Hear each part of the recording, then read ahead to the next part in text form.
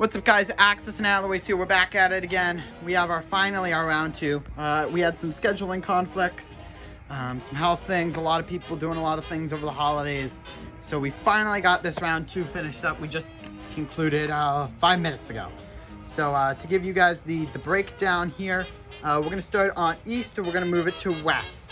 Again, playing Axis and Allies Global 40 with some friends over FaceTime and Discord.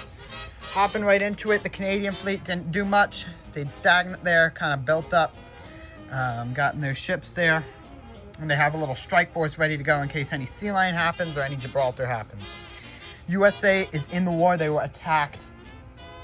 They have a small fleet here, 2 destroyers, 2 transports. They're ready to go load up the infantry tank there, send them out to Africa or France.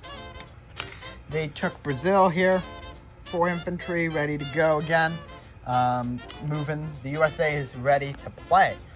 They got a bomber chilling out in the UK that's been bombing France along with the UK bomber. Overall, not much changed here. Kind of clearing up the subs in the Atlantic. Sub free besides 1 sub. The German player has gone really heavy into planes with 6 strat bombers. We got a fighter and 4 tacks into the fighter there. So he could pull off a sea lion if he really wanted to. I haven't ran the odds on it, but I think the Japanese player was kind of urging him to try something out there. Egypt fell. The Taranto raid did not occur, which led Egypt to fall pretty heavily. With the Italians here who are making pretty good scratch at 31. Building up here, getting the transport fleet down. They took it with, they got 5 guys left. They are the 2 Aussies there put up valiant effort. Each got a kill. Then we have Anglo-Egypt. There's a tank moved here, from the guys in Egypt. But the majority of the people went down here to Belgian Congo. And they're fortifying, getting this going. So the UK could either strike back. I don't know what they're doing yet. But we got the 2 destroyers down here, a French destroyer guarding. And this fleet could pick up 3 infantry and an artillery. Send them from Persia, ship them off, take back Egypt. Could happen. We're not sure yet. Overall, Russia is still alive. I don't know about this one here. I might have attacked Russia. But they're building up. That's a lot of infantry there in Poland. Taking Baltic states, Eastern Poland, hopefully next turn. But if they don't, the Russians could just attack them. Do something like that. Do something a little crazy. Italians are even in Romania. And this is giving them plenty of time to build up. They're moving the Siberians all the way over. Keeping some guys in reserve. Might just attack Korea. But the UK is in an interesting spot here. We're losing Egypt. They could build a factory in Persia. But they're getting the supply chain. The UK, Southern Africa is strong. But they're spending a lot of IPCs here. They need to get the oceanic navies going. Because the German Navy is pretty strong, especially with all those bombers there, which is giving them a little bit of a fright. I mentioned Manchuria and Korea, very weak here. The Japanese player had some big struggles. The Chinese retaliated, and the one battle they lost was Hunan. If they won Hunan, I'd call it game over for the Japanese here. We got a defense in Swingin, but I mean, Anway's strong, but that's about it. They attack, that's a U.S. fighter, and that's the Flying Tiger. If they attack Yunnan, I mean, if, 2 guys get hits there, even if they send all their planes, it's going to be a little suicide there. But they need to take Kwaichkao. They need to get moving. Because no factory here, the transports are a viable strategy, but look where the transports are. The transports are down here. Nowhere near. They're not shuttling guys up into China. Taking French Indochina, the UK getting a nice defensive position because they took Malaya. They can move that guy and the 2 infantry on over. No, that's a different sea zone, pardon.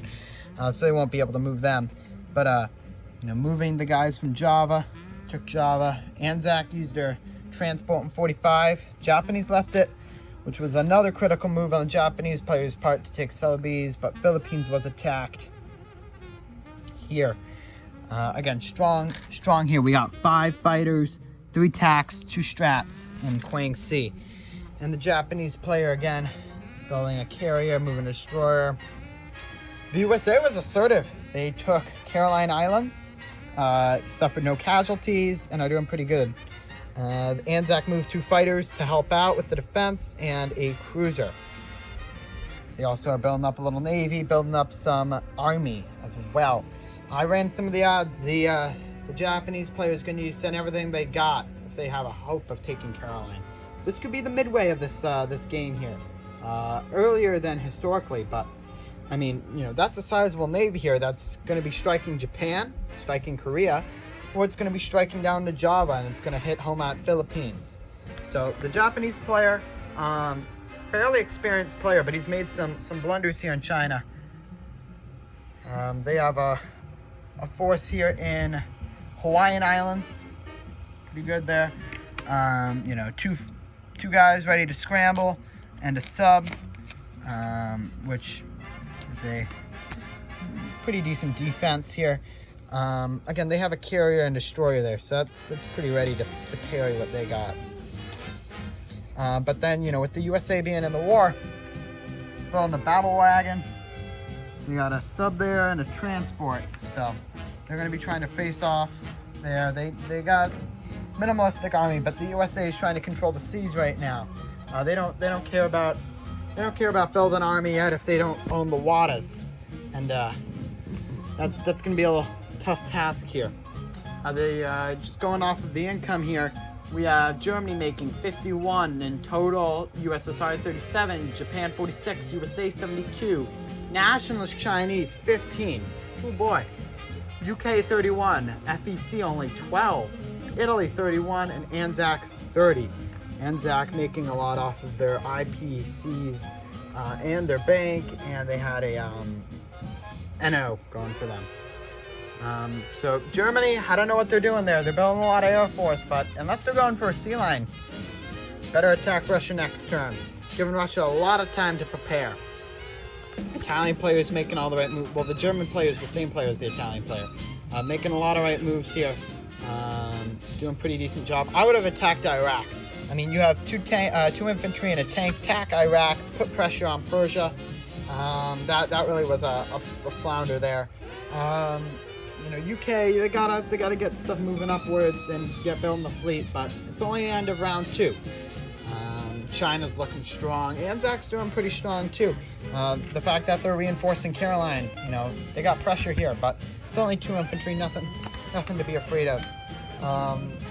If I'm the Japanese player, I need to really reconsider my strategy here. I'm either going hard into India, or I'm attacking the US fleet, or maybe take Sumatra and consider going against Anzac.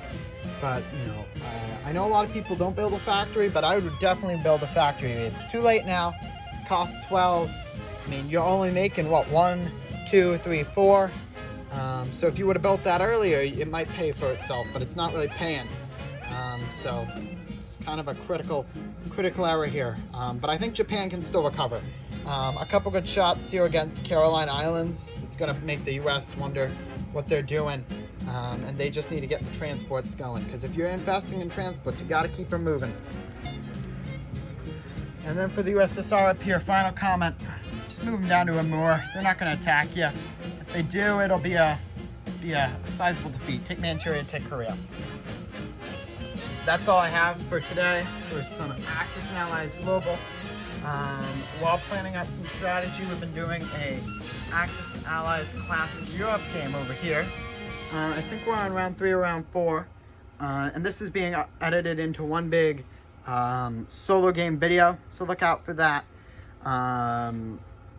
That'll be a long video, and that's taking some time, just making sure we get the editing down and trying to get through some rounds here. But Germany's in a similar situation as those Germans.